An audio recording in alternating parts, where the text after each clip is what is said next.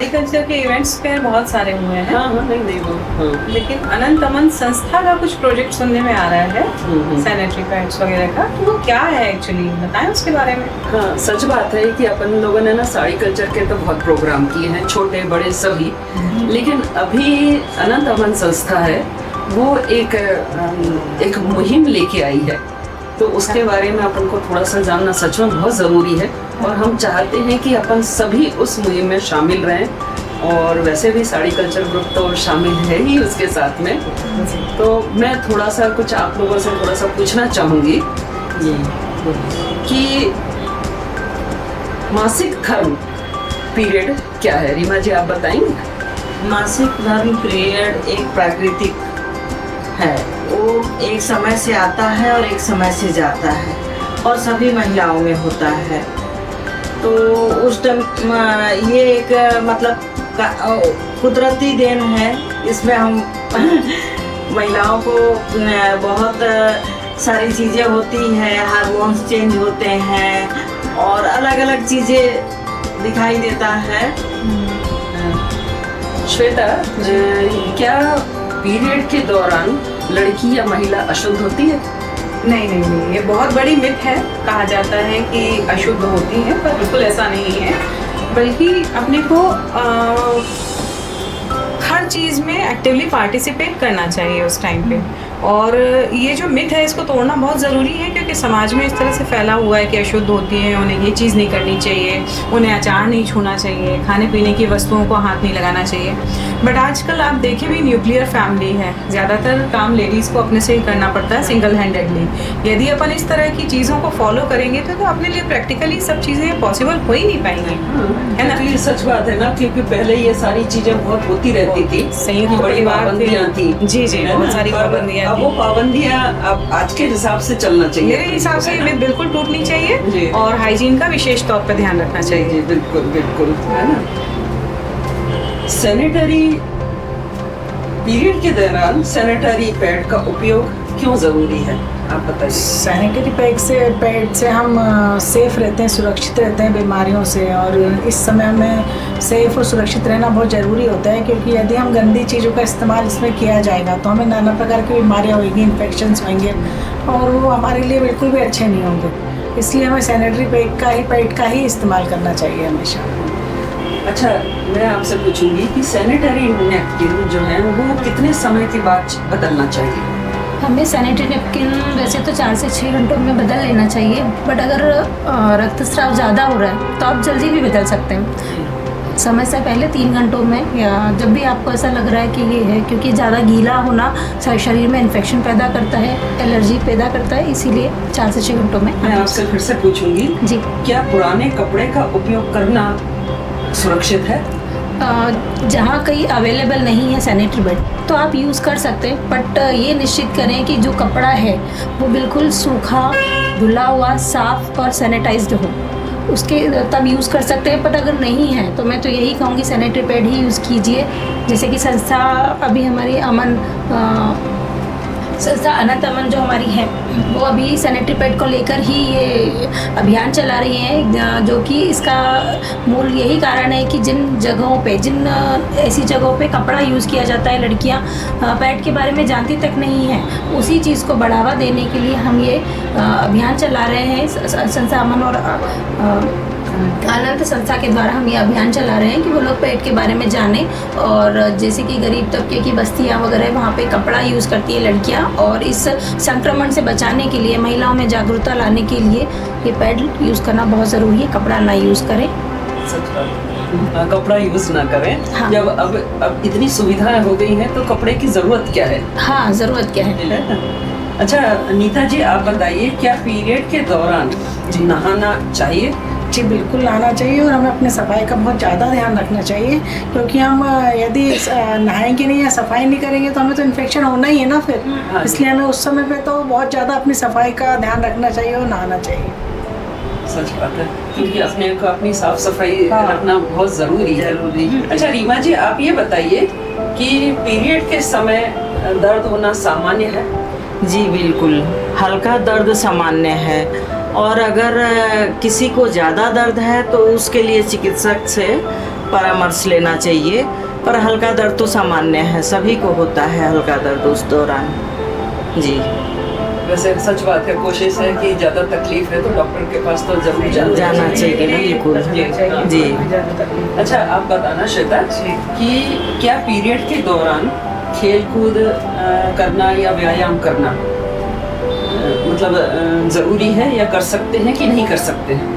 नहीं, एक्टिव रहना तो बहुत ज़्यादा ज़रूरी है और आज के इस कॉम्पिटिटिव एज में तो हर व्यक्ति को एक्टिव रहना चाहिए।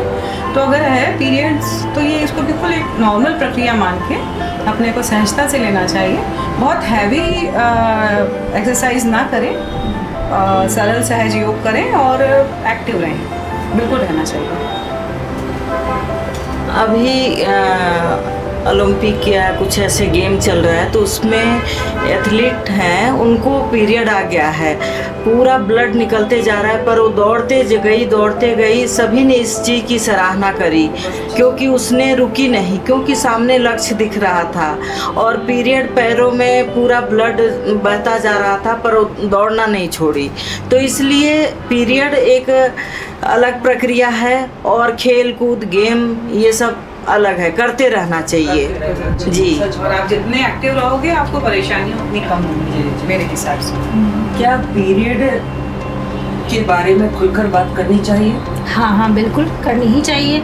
जब तक हम खुलकर बात नहीं करेंगे कैसे जागरूकता आएगी, कैसे महिलाएं जानेंगी, कैसे पुरुष जानेंगे, कैसे लड़के जानेंगे और कैसे लड़कियां जानेंगी कि ये क्या चीज़ है। इसके बारे में बहुत सारे लोगों को मिथ भी हैं और बहुत सारी चीज़ों से लोग अपरिचित हैं, जो कि हमें बताना चाहिए, खुलकर बात करनी चाहिए लड़कियों से भी और लड़कों से भी। आप क्या कहेंगे इस बारे में? थोड़ा सा आप भी अपनी राय रख लीजिए तो मेरे ख्याल से ज़्यादा अच्छा मुझे रहेगा। ऐसा लगता है, बिल्कुल सही बोल रही है विजेता, मैं पूरी तरह से सहमत हूँ। और जेंट्स को तो थोड़ा ज़्यादा पता होना चाहिए क्योंकि क्या होता है, महिलाओं में बहुत सारे हार्मोनल चेंजेस होते हैं इस टाइम पे। कई बार क्रैंकी होती हैं, बहुत चिड़चिड़ी हो जाती हैं, काम सारे घर के करने पड़ते हैं। तो जब तक उन लोगों को ये चीज़ समझ में नहीं आएगी तो उस तरह को उस चीज़ को हैंडल नहीं कर पाएंगे। उनको ऐसा लगेगा कि ये तो बहुत ज़्यादा चिड़चिड़ी होती जा रही है, पता नहीं क्या बात है। तो नीता जी आप बताइए कि लड़कों को और पुरुषों को इसकी जानकारी क्यों होनी चाहिए? लड़कों को और पुरुषों को तो होना बहुत ज़रूरी है क्योंकि वो भी तो उन्हीं महिलाओं के साथ घर में ही होते हैं ना। पर यदि महिलाओं को कोई परेशानी है या उस वजह से उनको कोई तकलीफ हो रही है या जो भी हो रहा है, वो यदि खुद ही सहन करती रहेंगी तो सामने वाले को समझ में क्या आएगा कि उनको हो क्या रहा है। और यदि वो उनको बताएंगे तो वो उनकी उसमें मदद करेंगे ना। यदि डॉक्टर को दिखाने इसी प्रॉब्लम में तो दिखाएंगे, तो नहीं है तो उसमें वो क्या कर सकते हैं उनके। और मुझे तो ऐसा लगता है पुराने ज़माने में जो एक साइड में बिठा के और काम नहीं करने दिया जाता था, उसका एक कारण ये भी था कि लड़कियां आराम करें उस समय पे, है ना। भले ही आप उसको अशुद्ध माने या जो भी उन्होंने रीज़न, जो भी उन्होंने नाम दिए, बट वो कारण यही था कि उस समय वो आराम करे क्योंकि उनको कभी किसी को ज़्यादा दर्द होता है, किसी को कम होता है, कोई थोड़ा सा हार्मोनल चेंजेस की वजह से चिड़चिड़ी होती है, तो उनको आराम मिलता है तो वो अपने आप को थोड़ा सा अच्छे से कैरी कर पाती हैं। और यही चीज़ यदि पुरुषों को पता है तो वो उनको वो सहूलियत देंगे और घर में वैसा माहौल होगा तो किसी तरह की कोई परेशानी नहीं होगी। तो हर चीज़ की जानकारी होना चाहिए। बाई चांस कुछ भी प्रॉब्लम आ रही है, अचानक से बाई चांस रात में कुछ प्रॉब्लम आ गई है महिला को, तो कम से कम या तो डॉक्टर को या लेके जा सकते हैं या संभाल सकते हैं। हम उनको बताएंगे नहीं तो उन्हें पता कैसे चलेगा कि उनको हो क्या रहा है। बाई चांस उस टाइम पे सैनिटरी नैपकिन नहीं है और तो महिला फिर जा नहीं सकती है, तो कम से कम घर में पुरुष है। और अब तो बहुत सारी चेंज हो गए हैं कि हर चीज की जानकारी शहरों में तो सुविधाएं बहुत है कि वो ऑर्डर भी करके बुलवा लेंगे। ऑर्डर भी गाँव में क्या, गाँव में क्या, वो तो नहीं जा पाएगी ना, तो उसको भेजना ही घर के लोगों को बता के। रीमा जी इस समय पे पीरियड के समय पे खान पान कैसा होना चाहिए? पीरियड के समय पे खान पान हरी सब्जियां, दूध, फ्रूट्स, सीजनल फ्रूट्स जो भी हैं वो लेने चाहिए और आयरन युक्त भोजन लेना चाहिए। जी। अच्छा, अब आप मेरे को एक अनंत अमन संस्था के बारे में आपने जो सुना है, आप उसके बारे में क्या कहेंगे? ये संस्था की बहुत अच्छी पहल है जो कभी आज तक कोई महिला भी नहीं सोची थी, वो मतलब ये संस्था करने जा रही है। और 1 लाख पैड बांटना 15 अगस्त पे बहुत बड़ा काम है और ये संस्था की बहुत ही सराहनीय कार्य है और इससे हम सभी बहनों को जुड़ना चाहिए कि संस्था का आप वॉलंटियर बन सकते हैं, आर्थिक सहयोग कर सकते हैं, जो भी हो तन धन मन से जो भी आपको लगे कर सकते हैं। बस संस्था को आगे बढ़े और क्योंकि इतना बड़ा काम कर रही है संस्था जो कि अभी तक मैं तो नहीं सुनी थी। जी नहीं, मैंने भी नहीं सुना था, इसीलिए भी मैंने अनंत अमन संस्था के साथ जुड़ने का एक फैसला किया। और आप कैसे जोड़ोगे बाकियों को? हम देखेंगे कि हमें सरकारी स्कूलों में जाना चाहिए।